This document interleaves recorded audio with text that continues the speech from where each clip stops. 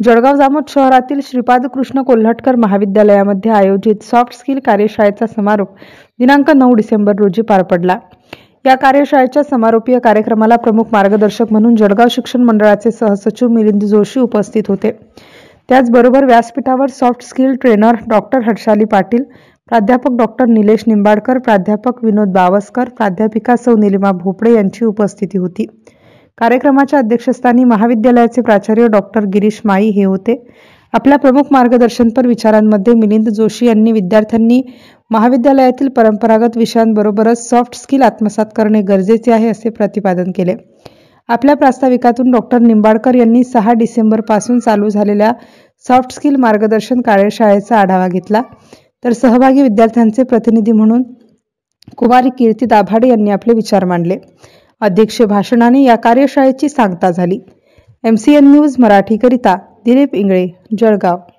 गोष्टीचा प्रभाव असा होतो की माणूस जेव्हा एखादी गोष्ट ठरवते, डेस्टिनी फिक्स करते, तेव्हा त्या दिशेने तुम्हाला आपोआप मार्ग सापडला। पण ठरवा लागेल ना आधी, आपण काही ठरवतच नाही। Swami Vivekananda opines in his lecture that म्हणजे माणसाने भूमिका आयुष्यामध्ये घेतली पाहिजे। आम्ही भूमिकाच घेत नाही, आम्ही ठरवत नाही आम्हाला काय कुठे जायचं आहे। स्वामी विवेकानंद म्हणतात त्यांच्या राजयोग नावाच्या पुस्तकामध्ये, if you stand for something then you will find some people for you and some people will stop you. If you stand for something then you will find some people for you and some people will stop you, but if you stand for nothing then you will find nobody for you and nobody against you। जेव्हा तुम्ही एखादी भूमिका घेऊन उभे असता तेव्हा काही लोक तुमच्या सोबत असतात, काही घटक तुमच्या सोबत असतात, काही परिस्थिती तुमच्या सोबत असतात, पण तुम्ही कशासाठी उभे नाही, तुमच्याकडे कोणती भूमिका नाही, तुमच्याकडे कोणतं गुण नाही, तुमच्या सोबतही कोणी असणार नाही आणि तुमच्या विरोधामध्येही कोणी असणार नाही। म्हणून तुम्ही ठरवा तर खरं, मग कोण आपल्या सोबत आहे कोण विरोधामध्ये आहे हे आपल्याला कोण आपल्याला मदत करते, कोण आपल्याला सहाय्य करते, कोण आपल्याला मार्ग दाखवतो हे केव्हा समजेल आपल्याला। ओके, नाव रिअलिस्टिक व्हर्सेस अनरिअलिस्टिक गोल्स, काही वास्तववादी असतात, काही अवास्तववादी असतात। आता समजा एखाद्या खेड्यातल्या मुलांना वाटलं की नाही नाही नाही मला आता एकदम यंगडी माझ्या गावातच करायचं आहे, गावाला सोडायचं यंगडी करायचं आहे, शक्य आहे का? अनरिअलिस्टिक गोल आहे। What make setting unrealistic goals can lead to feelings failure, lower self image and lower self esteem। तुमचा आत्मसन्मान सुद्धा कमी होणार असेल, कोणतं तुमचं गोल जर तुम्ही सेट केलं नाही तर अनरिअलिस्टिक गोल केलं असेल, तुमची परिस्थिती, तुमची बुद्धिमत्ता, तुमचे कौशल्य, तुमचं वातावरण यावरून तुम्ही गोल ठेवा, बरोबर आहे? एखाद्या म्हटलं नाही नाही मला अमेरिकेचा पंतप्रधान व्हायचा आहे, मला प्रेसिडेंट व्हायचं आहे, शक्य नाही आपल्याकडे करायचं, तिथं जावं लागेल, नागरिकत्व घ्यावं लागेल, तिथं पॉप्युलर व्हावं लागेल, काम करावं लागेल, पण रिअलिस्टिक गोल मध्ये मोडतो, रिअलिस्टिक गोल नाही। नंतर व्हॉट मेक्स गोल अनरिअलिस्टिक, का म्हणतात ते अनटाइमली, त्याचा वेळ कोणता निश्चित नसतो, रिक्वायरिंग अनअवेलेबल रिसोर्सेस, ज्या गोष्टी उपलब्ध नाही त्याच्याबद्दलचा विचार करणे, आणि 2 जनरली रिटर्न म्हणजे ते त्यांचे कोणते काहीच गरज नाही। फ्रेशर आहे तुम्ही, लर्निंग फेज मध्ये आहे, तुम्हाला इंडस्ट्रीचा कुठलाही नॉलेज नाही, मग तिथे तुमचा इंटरव्ह्यू संपला की आदरयुक्त thank you sir, have a good day एवढं म्हणून चेअर आपली जागेवर ठेवायची आणि आरामात निघून दार हळू बंद करायचं। नाही तर मुलांना असं वाटते की बापरे इंटरव्ह्यू झाल्या कुठून सुटलो कुठून नाही, तशीच चेअर वागवतात, धाडकन दरवाजा बंद।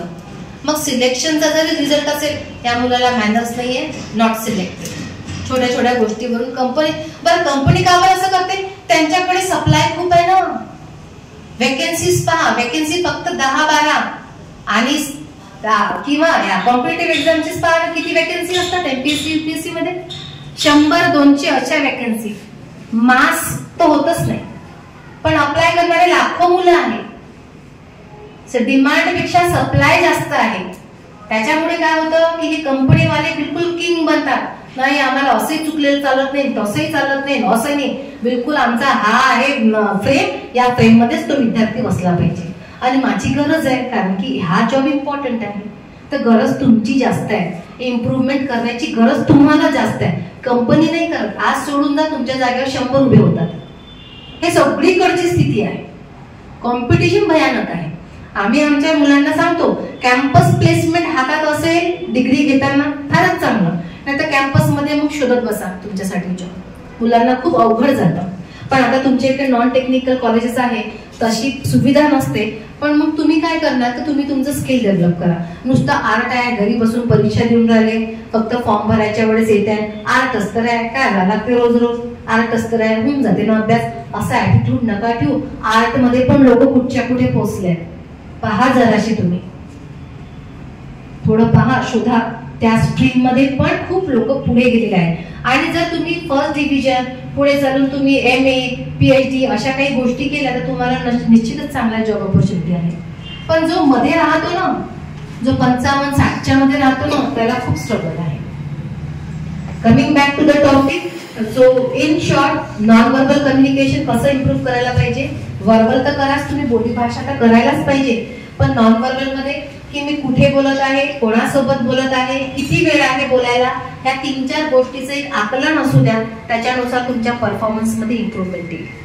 कुठे जात आहे, काय घालायला पाहिजे, कसं कम्फर्टेबल असायला पाहिजे. नाहीतर माझ्या फ्रेंडनी इतकं व्यवस्थित वेस्टर्न कपडे घालून आले म्हणजे इंटरव्ह्यू जाताना मी पण तेच घालेन. नाही, तुमची बॉडी टाईप वेगळी आहे. Know your body and wear accordingly.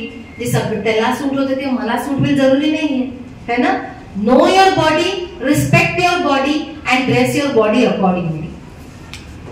आणि भरपूर ऑप्शन्स आहे. आता आपलं कल्चर आम्ही मुलांना सांगतो, मुलं म्हणतात TCS कंपनी येते मॅडम वेस्टर्न फॉर्मल घालायचं का. वेस्टर्न फॉर्मल मध्ये तो शॉर्ट थोडासा नी लेंथ स्कर्ट असतो, वर ट्राउझर वगैरे असतं, कोट वगैरे. आम्ही त्यांना नाही म्हणतो, कारण की मुलींनी तोपर्यंत घातलेलाच नसते, पहिल्यांदाच घालेल बिचारे, दिवसभर त्याच्यातच राहील, कसं दिसत आणि कसं नाही. म्हणजे फोकस कशावर असायला पाहिजे, इंटरव्ह्यूवर. तिचं डोकं कशात गेलं, तिने काय घातलं याच्यावर. मग इतकं टेन्शन कशाला करत होतीये. नॉर्मल जाणं, सलवार कुर्ता घालून जाणं, ज्याच्यात तुम्ही कम्फर्टेबल आहे. सगळ्यात बेस्ट तुमची साडी आहे. मग MPSC UPSC चे इंटरव्ह्यू पहा, साडीमध्ये जातात मुली, कम्फर्टेबल साडीमध्ये जातात. तो आपला नॅशनल ड्रेसिंग आहे. मग जे वेस्टर्नचं वेस्टर्न कल्चर, इथलं इथं कल्चर, हे लक्षात ठेवा तुम्ही. म्हणून मी म्हणते जे दुसऱ्याने घातलं ते मी घालू का नाही, माझी बॉडी टाईप काय, त्याच्यानुसार मला काय सूट होते, कोणते कलर माझ्यावर चांगले दिसतात नाही दिसतात, याचं एक समजतं, एक नॉर्मल नॉलेज सगळ्यांना असते. त्याच्यानुसार ड्रेसिंग असायला पाहिजे. तर नॉन व्हर्बल मध्ये तुमचं ड्रेसिंग आणि बॉडी लँग्वेज. बोलताना आय टू आय कॉन्टॅक्ट असायला पाहिजे, चेहऱ्यावरचे हावभाव प्रसन्न असायला पाहिजे. कितीही डिफिकल्ट क्वेश्चन तुम्हाला विचारू द्या, तुम्ही मला नाही येत आहे, मला काहीच नाही येत आहे, मी टेन्शन मध्ये आहे, हे सांगायचं नाही. हे आपण सांगत नसतो, पण आपल्या चेहऱ्यात खूप काही सांगून जातो. म्हणून चेहऱ्याचे एक्सप्रेशन करतो. टीचर शिकवताना किती बोरिंग वाटू द्या, काही वाटू द्या, पण टीचरला वाईट नका वाटू. ते वाईट तुम्ही म्हणता काय, सर आम्हाला नाही समजून मला काय सांगू राहिले, हे असं नाही. पण तुम्ही चेहऱ्याने भरपूर सांगता. 55% हे खोटं नाहीये, हा रिसर्च केला गेला. 55% कम्युनिकेशन तुमच्या फेशियल एक्सप्रेशन. म्हणून ते इम्प्रूव्ह करा. आणि नंतर येतं तुमचं व्हर्बल स्किल्स, 7% आहे. Now here we have finished 2 important topic. एक होतं व्हर्बल, एक होतं नॉन. सगळ्यात पहिले सुरुवात कुठून केली आपण सांगा. पहिले काय आपण डिस्कशन केलं होतं, कम्युनिकेशन. कम्युनिकेशन पाहिलं, त्याच्यानंतर त्याचे प्रकार पाहिले, 4 प्रकार. मग प्रत्येक प्रकाराचा अर्थ काय आहे, त्याचं महत्व काय आहे, आणि सगळ्यात इम्पॉर्टंट ते मी कसं इम्प्रूव्ह करू. कुठलंही इम्प्रूव्हमेंट सेल्फ अनालिसिस वरून सुरू होतं. आत्मचिंतन, माझ्यात काय कमी आहे, माझ्यात प्लस पॉइंट कोणते आहे, नेगेटिव्ह कोणते आहे, नेगेटिव्हवर काम करून ते रिमूव्ह करण्याचा प्रयत्न. आणि हे सगळं तुमच्या हातात आहे. आमच्यासारखे 100 टीचर येतील, ट्रेनर येतील, आम्ही सांगून चाललं जाऊ, पण हे ते ऐकणं, समजणं, ते फॉलो करणं, इम्प्रूव्हमेंट करणं हे तुमच्या हातात आहे. तुम्ही केलं तर तुमचं चांगलं आहे, नाही केलं तर तेवढं स्ट्रगल आहे. मग आता तुमच्या समोर 2 ऑप्शन आहेत, ते तुम्ही पहा कोणतं सिलेक्ट करायचंय. Life is all about taking right decision.